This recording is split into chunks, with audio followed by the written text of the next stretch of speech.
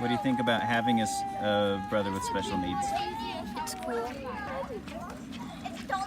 He like laughs a lot and he it's cool. And also can be not cool too. How so?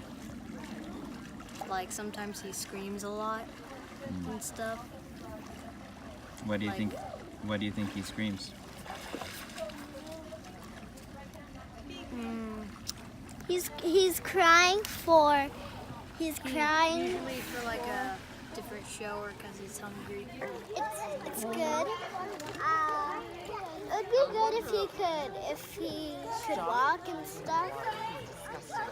So we would have a third brother, a third brother that can walk and do all that stuff. He can't, for some reason, his arms can't move and he can't walk. So he can't put on his own TV shows. And he can't talk, so he just gets TV shows whenever he cries. That's true. It's not fair, but my life wasn't always fair. That's true.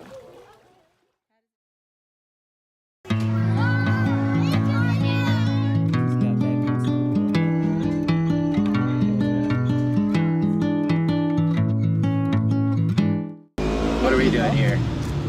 We just went to a Chinese restaurant here in Auburn, and then we went next door to a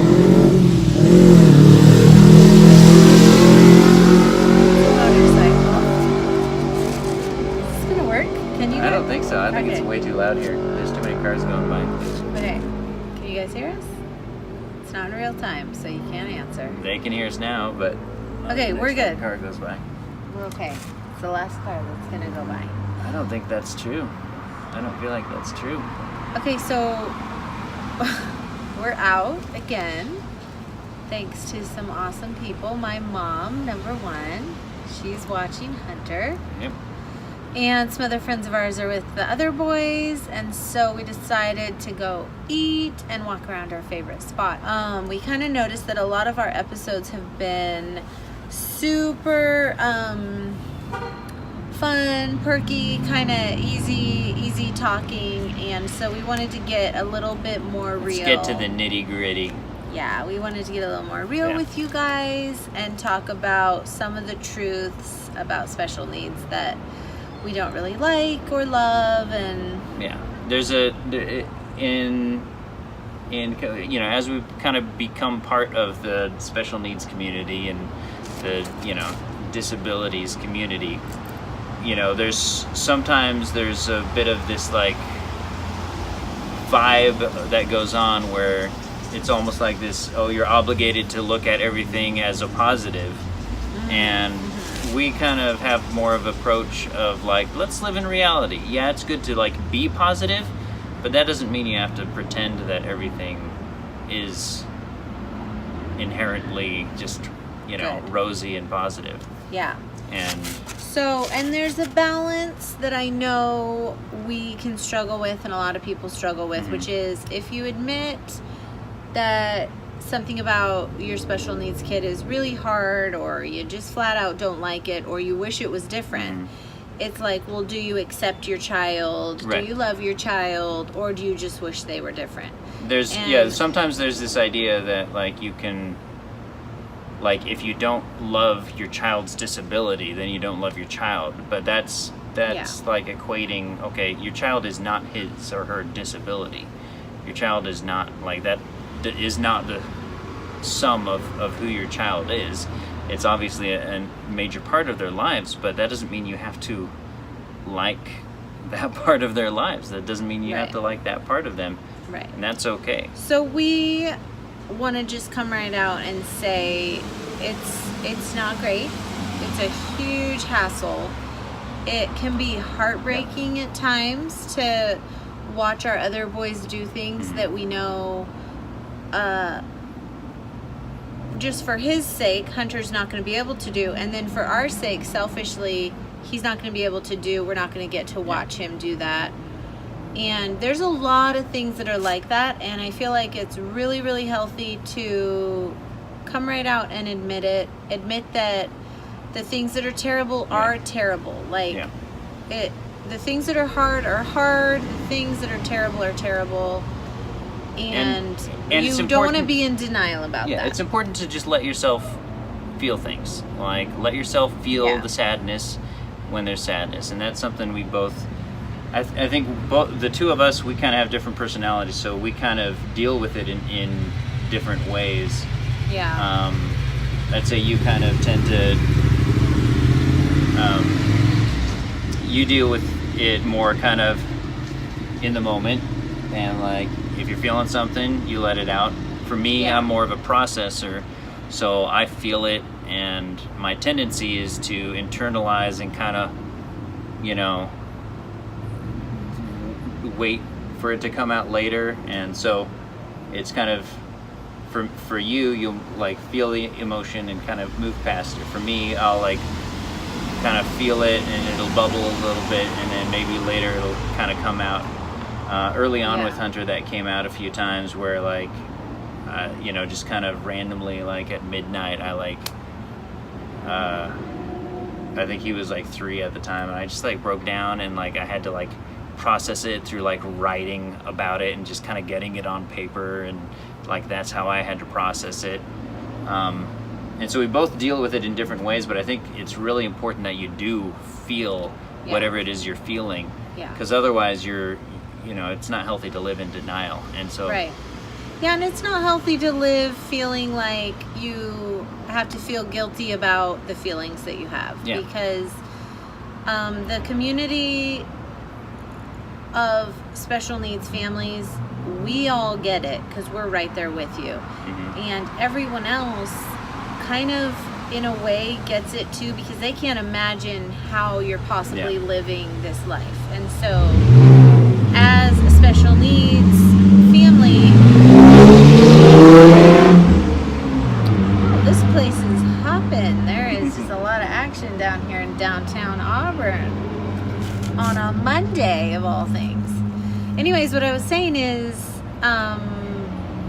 it's really, really important to not be concerned about what other people are going to think about how you feel, and just let yourself feel what you want to feel. And then for everyone who knows someone with a special needs kid or adult child or anything, it's really important to be really understanding about any feelings that they do express to you. If they express that times are tough, then you can just go with that and just be like, that does sound tough.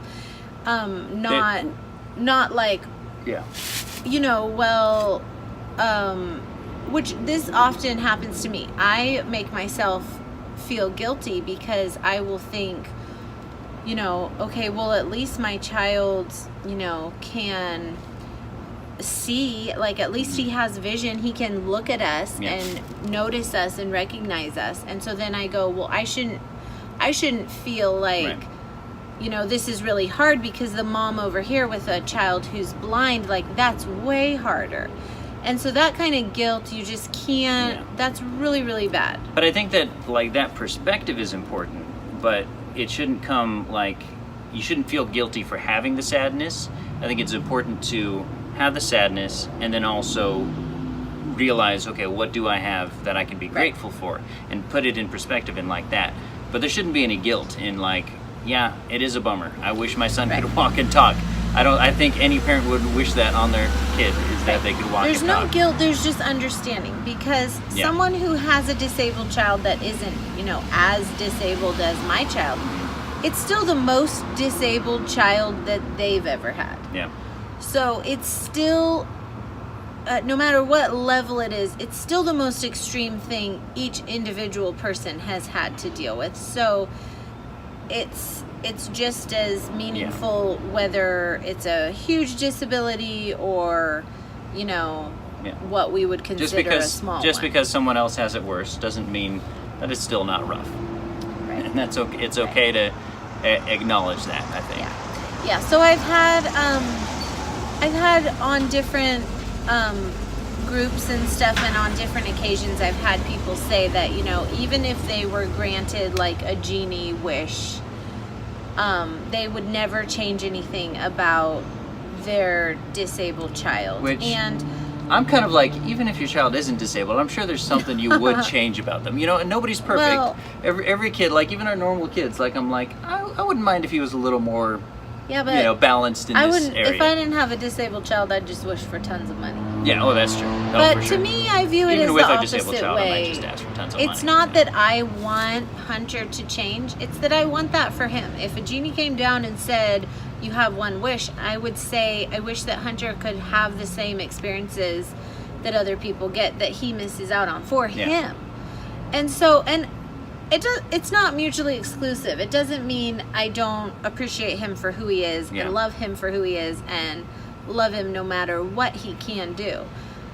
But like, it can be super heartbreaking seeing, you know, all the other kids are having all these delightful experiences in the world, and he at most can usually watch them live through it, but cannot actually live through it himself. Well, and I mean, I think primarily we want it for him, but also I think it's okay to be, you know, a little bit selfishly, we want it for ourselves, because let's face it, our life would also be a lot easier. Yeah, if, true. If Hunter was able to, you know, do all the things other kids can do. And as, I think it's okay to, you know, feel that aspect of it as well. As our episodes go on, we're going to talk a little bit more specifically about like the difficulties that we do experience and just the differences of our life, you know, compared to the life of a family with just average kids. Yeah.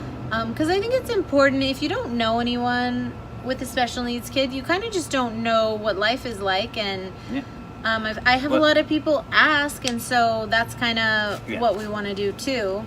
And we should wrap it up here, but that does kind of bring up a good point of like, that's something we've found is like, you know, some people don't even realize like what, like a lot of people, especially like, because we